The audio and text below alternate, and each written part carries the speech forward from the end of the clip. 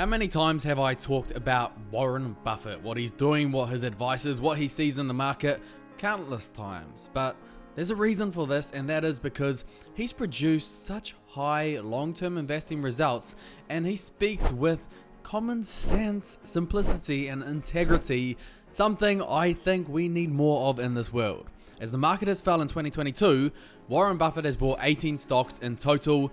In this video, I will show you these 18 stocks that he's bought. Remember that his investing approach is to buy good quality businesses at attractive prices.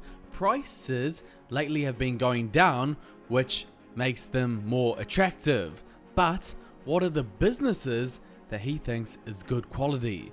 That's the question. This video is brought to you by the Investing Academy, which is my premium group where you can see my portfolio and the stocks that I'm buying. Link in the description. Another quick note before we get into it is we're looking at Berkshire Hathaway buys. Berkshire is the investment company that Buffett started and runs to this day. However, he does have two main investors under him, Ted Wischler and Todd Combs. So some of these smaller buys are probably by these two investors and maybe not Buffett. Rule of thumb is the bigger buys are generally by Buffett and the smaller buys are either by Buffett, Ted, or Todd. It actually doesn't matter too much who bought because both are value investors that have been specifically chosen by Buffett out of the how many thousands, maybe millions of investors that would have liked to work for Buffett. He chose these two. So they are high quality investors. Without further ado, let's get into these 18 stocks.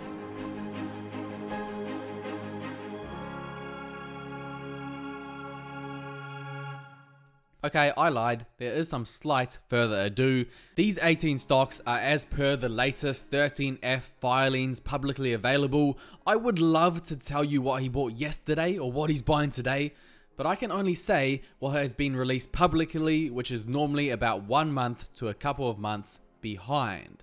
So publicly, we know that Chevron was his largest stock buy. His buys in Chevron, while the market was falling, was worth 5.72% of the overall portfolio at a valuation around 17.5 billion. Chevron, of course, is the massive oil company. It's the second largest descendant of Standard Oil, found in more than 180 countries across the world. And Buffett's second largest buy was also an oil company, Occidental. His buys throughout 2022 as the market fell were worth 3.31% of his portfolio, valued at $9.8 billion. Occidental is a bit more concentrated than Chevron in terms of location. It explores for gas in the US and the Middle East, as well as petrochemical manufacturing in the US, Canada, and Chile. Just a quick numbers check. Both stocks are selling for low PE ratios. Chevron is 9.9, Occidental is 5.3. They both pay a dividend. Chevron is a decent amount higher than Occidental's, and both stock prices have gone up throughout the past year. So the market as a whole has fell, but these two Buffett stocks have done the opposite. You may want to look into them for your own portfolio, but just remember they can be volatile and a lot of their business depends on the price of oil. Oil prices have been up and down, and that's why we've seen such drastic changes in the earnings of these two companies, as can be seen by the blue line. A lot of how these two stocks will do in the future will depend on the future price of oil. So do your own calculations of that. Over the next 10 years, how much oil will the world need? Third largest stock Buffett bought as the market went down was Taiwan Semiconductors. Taiwan Semiconductors, surprisingly, what they do is they manufacture semiconductors. It is the world's most valuable semiconductor company. It has the world's largest independent semiconductor foundry and is one of Taiwan's largest companies. Let's just hope for Buffett's sake that China stay out of Taiwan, if you know what I mean. But you know, semiconductors are a very important industry used as the foundation for computers and other electronics. They are considered the brains of modern electronics. I'm sure Buffett is well aware of this. He knows how much consumers need this product, and thus the business has a good long-term outlook. It's in a thriving industry, not a dying one. Number 4 is Activision Blizzard. This is worth 1.21% of the portfolio, valued at $3.6 billion. Berkshire owns about 9.5% of all Activision shares. So Buffett will often keep his positions below 10% in a company due to federal regulation and reporting. It just makes things easier to keep it below 10%. Now you might think Activision Blizzard, a gaming company, has Buffett lost his mind? When you think of Buffett, you might think of many things, but maybe not a gamer? Weird company for him to buy, but in his annual shareholder meeting, he explained why he did so. It all comes down to Microsoft trying to buy Activision and Buffett profiting through arbitrage. Actually, he didn't initially intend to profit through arbitrage, it just occurred this way. So he said, occasionally I'll see an arbitrage deal and do it. Occasionally it looks like the odds are in our favor, but absolutely we can lose money on that company, fairly large sums of money, depending on what happened if the deal blows up. But if the deal goes through, we make some money. Okay, so let me explain that. Buffett bought Activision at a price. One of the batches was around $75. In January, Microsoft announced intentions to buy Activision for $95 a share. If the deal goes through, Buffett profits a cheeky $20 for every share he owns. And of course, he owns a lot of shares, so he would make a lot of money. If the deal does not go through, well then, as per Buffett's words, who knows what will happen? Right now, the deal has not gone through and has been delayed several weeks until the 26th of April 2023. Let's see how that whole situation turns out. The fifth largest stock that he bought while the market has been crashing is HP. Buffett has invested 1.04% of his portfolio in the stock. That is $3.1 billion worth. HP is a very old school stock. Founded in 1939, it is short for Hewlett Packard, and they sell a range of tech products like laptops, desktops, printers, monitors, ink, etc. I'm going to be honest here, it is generally not the type of company that I would go for. Tech companies that are very old can get disrupted, often out of nowhere, by new companies. Just go look at what Tesla did in the car industry. But in saying that, the numbers are nice. Old school value investor type stock, low PE ratio of 9.4, low-ish market cap of 28 billion, and good dividend of 3.7%. Sixth largest buy was Paramount, the media and entertainment company. He bought 0.88% of his portfolio, that is around $2.6 billion worth, as the market was falling. Now, I just want to clarify what I mean when I say what stocks he bought while the market was falling. So, basically the market started falling literally the day the 1st of January 2022 hit. If you want to be very particular, between the 31st of December 2021 and the 1st of January 2022. So I'm looking at the stocks that he bought throughout 2022. And right now we have 3/4 worth of data with the latest 13F filings of what he's bought. So that's what I mean. Number 7 was Citigroup, worth 0.81% of his entire portfolio, valued at around $2.4 billion worth. Now, I just want to quickly say what I'm doing with each stock that I show you. I'm trying to give you a quick overview of what the business is.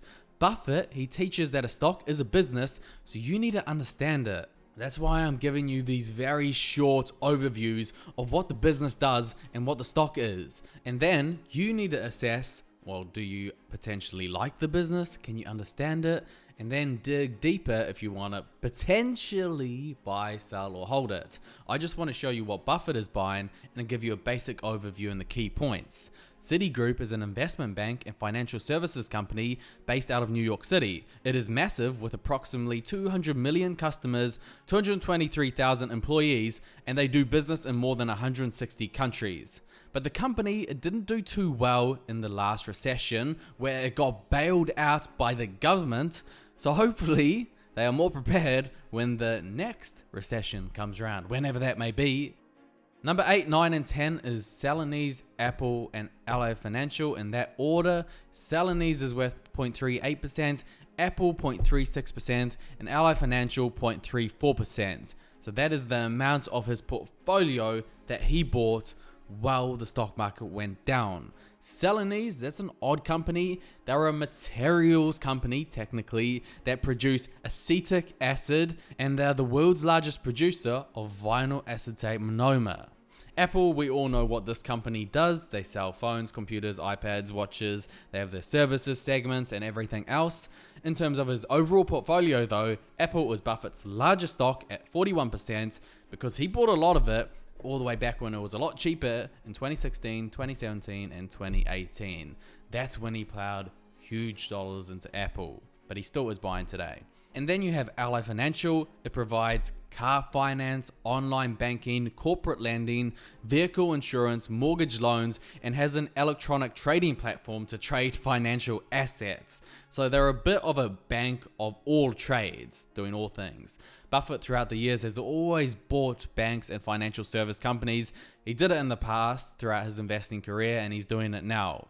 Okay, now we're really starting to get into the smaller moves that were made at Berkshire. Some of these moves are likely to be Ted or Todd. And I wouldn't overlook the smaller moves as well. Sometimes they are important because they're often not the big cap market stocks that everyone is looking at. They're the smaller stocks which do have a tendency to have more growth opportunity. So 11 was McKesson, that was worth 0.28%, $829 million. Funnily enough, when you get into the millions, that is a small move for Buffett and Berkshire. McKesson are a pharmaceutical company that provides health tech, medical supplies, and care tools. Markel was the 12th largest at 0.19%. They do insurance and investment operations around the world. And then you have Liberty Media, Louisiana Pacific, and Floor Holdings, which made up 0.11, 0.10, and 0.09% of his overall portfolio. Now, just with these stocks, one of the things I like to look for is patterns. So what is Buffett looking for with the numbers, with the financials, with the business prospects in this particular time of the market?